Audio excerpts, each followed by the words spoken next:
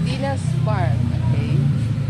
So, ngayon guys, igagala ko kayo dito sa Medina's Farm. So, ano kami dito. It's a private resort. Pwedeng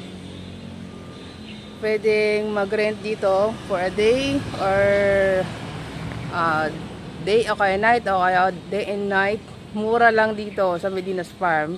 Napakaganda ng kanilang farm. So, sulit ang pag nag-ano kayo dito kapag nag-rent kayo sa farm nila. Ayan, gagala ko kayo. Kaya pakita ko sa inyo ang Medina's Farm. So, ayun yung entrance. Merong bulaklak. Tapos, wala ang kalabaw.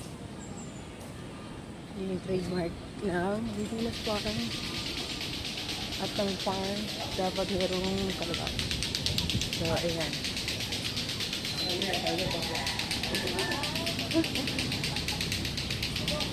ikaw yung ayan. So, lahat pwede nyong gamitin. Pag lang yung private room na may aircon. Ayan. So, naghahanda na kami ng aming pagkain. Ito yung ang aming mga dala-dala. Marami-raming plato. Wala pang ano eh. Hindi pa nakakaayos lahat. Nagsisimula pa lang. Ayan. Mamaya. Tapos may duyan sila dito sa Medina's Farm. Tapos dito tayo sa swimming pool. Okay? Pwede na yung lugar. Napaka sulit na. Saka ayan. Ito yung ano nila, yung meron siyang ubasan dito, grapes. And then tapos ito na yung swimming pool. Ayan, ang gusto ko dito, ang maganda dito ay yung meron siyang shade sa taas. Tapos ayan yung swimming pool nila. Ayan ang swimming pool. So mamaya mag-swimming.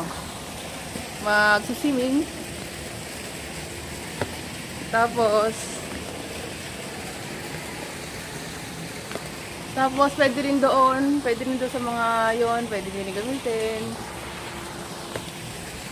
Tapos meron din dito pang bata. Tapos ito room na to, ito yung room dito kami nag-stay. Okay, pwede rin doon gumamit, pwede rin dito. Tapos meron din silang shower room. Ito ang kanilang shower room. So lahat yan. Para sa magkano lang binayad namin dito?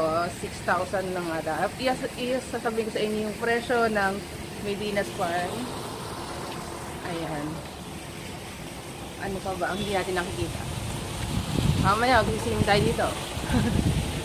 Okay. Ngayon, yung ako nanay dito, may ano. Tapos, meron ako din ng balloon. Meron din silang CR dito. Meron comfort room.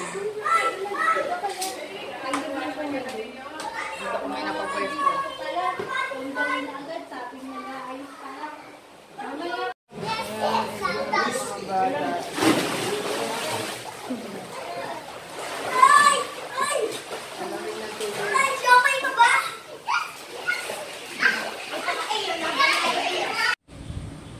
Isa to sa mga room. Pupunta tayo sa taas. Okay. Wait lang, palabas yung mata ko.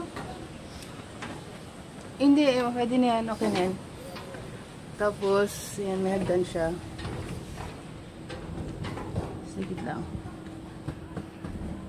Meron ilaw dito, Javay? May ilaw?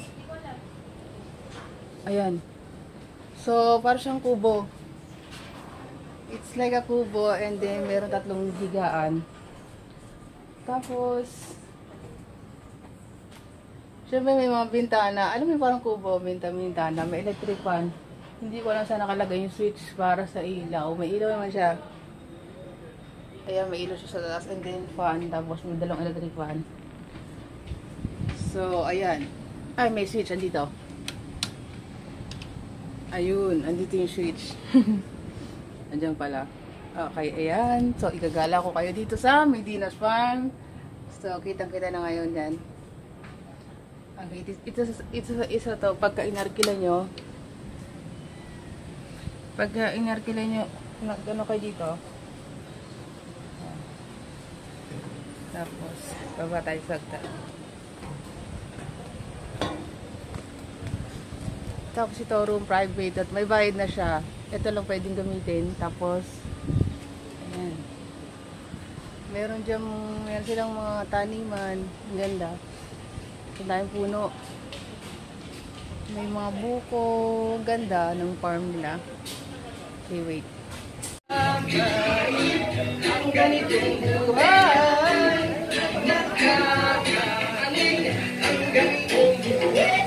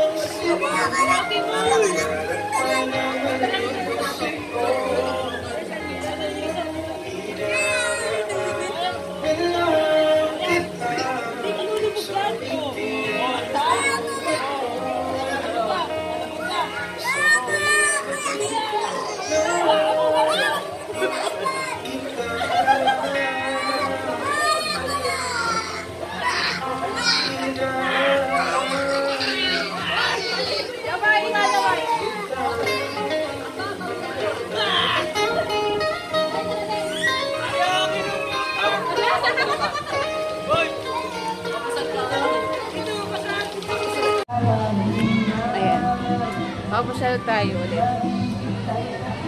Pwede dito mag-bonfire. Ito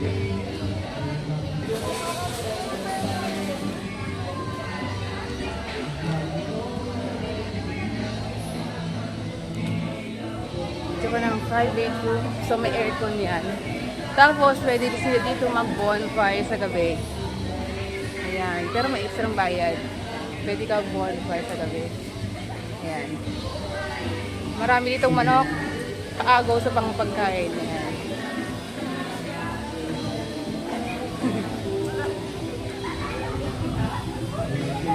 Tapos meron din silang ganito.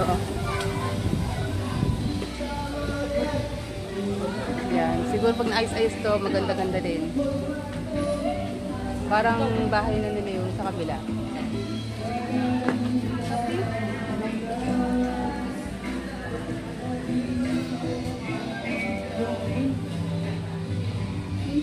Maganda dito, maraming puno. Tapos may CR din pala dito sa ilalim. Sa ilalim ng kubo. Ito yung kubo kanina. So, may CR din pala dito. Ando pa si Tita Jenny. Ang tita ko na magaling sumayaw. Ano yan? Nag-vlog ka? Yes. Ay, si Moye. You're beautiful sister.